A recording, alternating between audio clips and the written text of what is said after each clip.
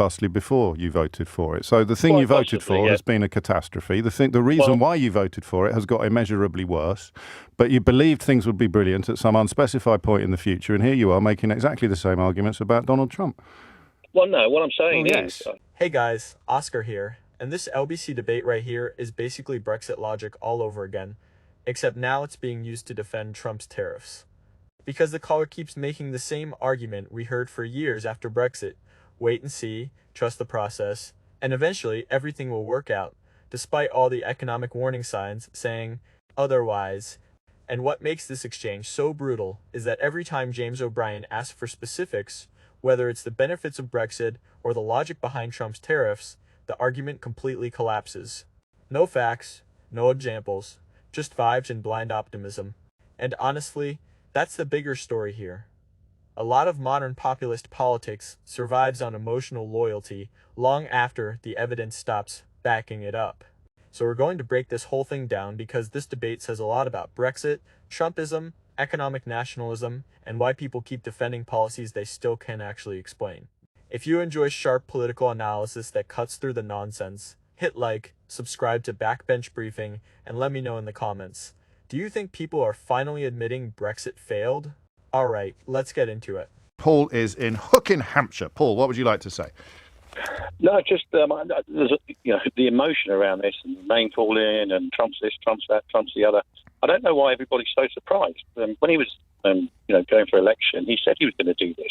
Everybody knew he was going to do it. Everybody kept telling us to ignore what he said and concentrate on what he did. You remember? I do, but again, we've got short memories. When he was, in his first term, he said he would do a number of things, and he did. Well, he did. He said he was going to end the war in Ukraine on day one. He said the stock market would go up and he'd make everyone richer. You now have the Swiss investment bank UBS, widely regarded as a leader in this field, predicting an inevitable recession with growth, GDP. We'll see. We'll see in time. But, this happened 2 days ago. My point's very simple. He said he was going to do this. He's done it. The emotion and the response is quite ridiculous, I think, in terms of, he will want deals. He wants to make a deal with people. This is his way of doing it. No, you don't need to like it. None of us need to like it.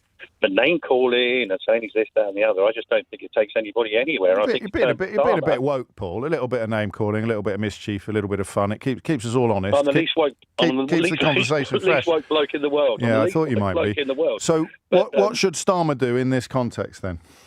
Well, I think the first thing is, it's 10%. I think that was probably better than the UK thought it was going to be. I think... no, it's exactly the same as every other country in the same situation as us. Yeah, except Europe. No, they're not in the same situation as us. They have a different trade balance, a different balance of trade. So any country with a comparable balance of trade to us gets the 10%. There's no special treatment there whatsoever. Okay, so that's where we are.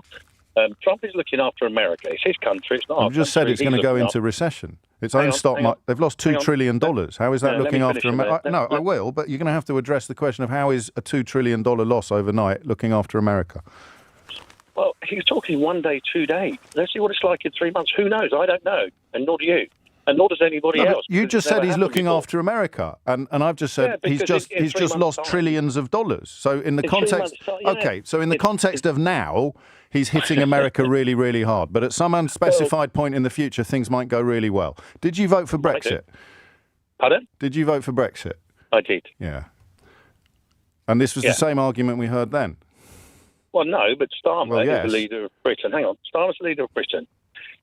Because we are on our own, he can decide what the government decides to do in response to these tariffs. Now, he can retaliate. That's up to him. He's our leader.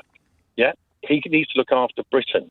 Yeah, that's his country. And the Swiss need to look after the Swiss, et cetera, et cetera. And it all goes around like that. Yes. Because that's what Trump's doing. So what do you think looking after Britain would look like? And you can't keep saying that Trump is looking after America because he's just tanked trillions of dollars from the American economy. They've laid off car workers in America temporarily as a direct result of the impacts his tariffs will have upon their overseas operations. But you knew that.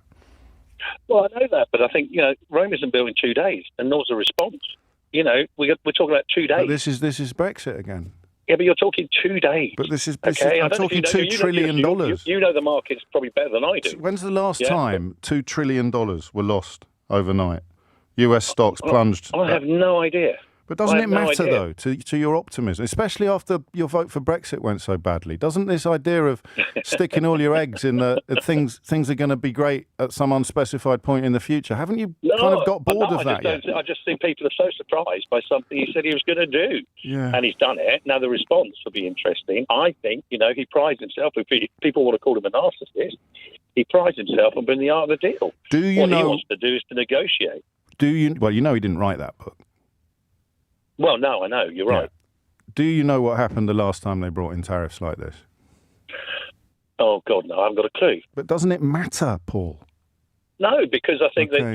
No, that's why I find conversations like this fascinating. You voted for Brexit. You're making all the same arguments about Brexit. Brexit was an undiluted catastrophe, but this one will go really well. Well, I'm not sure it is the catastrophe, was it? What's your favourite bit? Pardon me? What's your favourite bit? My favourite bit is, well, you've probably got a point, actually. It's about controlling entry and exit from the country. How's that worked out for you? That's probably, you have a point. Yeah, and we could, of course, have controlled it a lot more robustly before you voted for it. So the thing you voted for has been a catastrophe. The reason why you voted for it has got immeasurably worse, but you believed things would be brilliant at some unspecified point in the future, and here you are making exactly the same arguments about Donald Trump. Well, no, what I'm saying is, I think... No, hang on. I have hung on. It's about the people. It's about the people, who are leading, this country. Yeah, and it should be very easy for this country to control its borders. They don't, because the government before and this government are useless. See, I have a theory that everybody who likes Trump and Brexit is obsessed with immigration. And here you are talking about $2 trillion losses that America has taken overnight, saying, hey, wait and see, it might all turn out to be brilliant. But what you really, really care about is immigration. No, I don't. I think I care about it. Why'd you bring it up then? Well, you brought it up. I didn't. No, I didn't. I asked what your favourite bit of Brexit. I asked what your favourite bit of Brexit was. I asked what your favourite bit of Brexit was. I gave you an example. You're right. Yeah, but no. So what is your actual favourite bit of all the things that have happened? Yeah, and Brexit has played out, which is why the parallel is so interesting. So of all the things that have happened, what's your favourite bit? Of Brexit? Yeah. I think just controlling your own laws. Which ones do we control now that we didn't control before? There's a lot now that we're not impacted by the EU that we what? were. I didn't like being dictated to by Brussels. On what? On what? Well, whatever the silly laws came out of them. Go on, then, give me one. Give me one. Oh, come on, there were loads. I can't think of one, but you can, because you know that there are loads. Go on, give me one. Don't be silly. Give me one law. Out of Brussels, there were loads out of Brussels. Give me one. Why is that funny? Lots. You voted for it. There are lots, and you can't name one. Well, Brussels, we didn't have control of our own laws. For example? I can't think of an example. Well, I'll wait. Pardon me? I'll wait. You'll have a long way. I can't think of an example. No, but you're bound to be able to, because there's loads. Paul just told me. So I'll wait. You're very good, but no. No, I'm not. I'm not. I just care about facts. Anyway, we're not talking about Brexit. No, I am. I'm waiting now. You're waiting. The economy, let's wait and see. No, tell me the thing that's gone really well. You said the law that you're pleased about. My point is, let's wait and see. I think many countries... I'm waiting to see what law you're going to tell me about. Hang on. Well, we'll negotiate, and Starmer can negotiate for Britain. Don't change the subject. Not for Europe. Don't change the subject. Paul. He can negotiate. Paul, time for one of your wry chuckles, I think, Paul, isn't it now? Time for a wry chuckle? I'm still waiting for the law, of which there are loads. Well, one of the great benefits is that now we're in this situation. What about bendy bananas? Now we're in this situation. 3-pin plugs? Can negotiate for Britain. Wrapping your fish and chips in newspaper. What's the law you're happiest that you don't have to obey anymore? In this situation, one of the greatest benefits is that Starmer can just say there aren't any, Paul, because everybody listening knows. Well, this is a great one, isn't it? Go on. What's your law? Example. What's the law? Well, no, hang on. No, I'm not. I've hung on for long enough.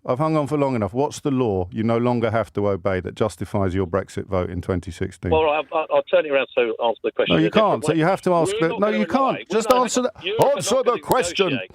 Europe are not going to negotiate for us. We're going to negotiate for ourselves. That's the difference. It's 10:45. What makes this exchange so fascinating is that James O'Brien isn't really debating economics anymore after the first few minutes.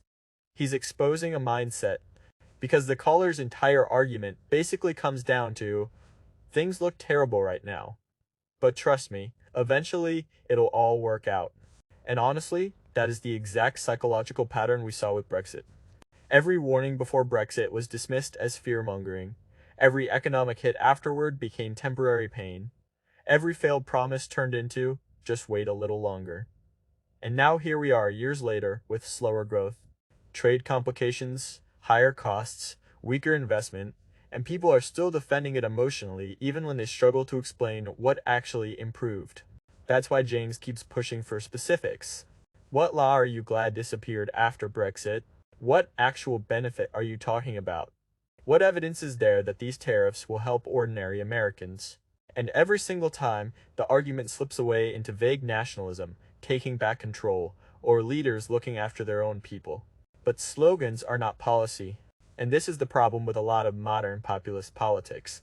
The emotional identity becomes more important than measurable outcomes. Supporting Brexit or Trump stops being about results and starts becoming part of someone's personal worldview. So even when evidence piles up against the promises, admitting failure starts feeling emotionally impossible. That's why the caller can answer basic questions, not because he's evil or stupid, but because these movements often run on emotion first and evidence second. And honestly, the irony here is incredible. The people who spend years mocking experts, economists, and institutions for warning about Brexit are now using the exact same wait-and-see argument again, while trillions disappear from markets after Trump's tariff announcements. At some point, you have to stop blaming reality for not matching the fantasy. Now, of course, countries should protect their industries and negotiate trade intelligently. Serious economic policy matters. But there's a huge difference between strategic trade policy and chaotic economic nationalism driven by political ego and culture war populism. And James O'Brien cuts straight through that illusion here. Calmly, relentlessly, no screaming needed.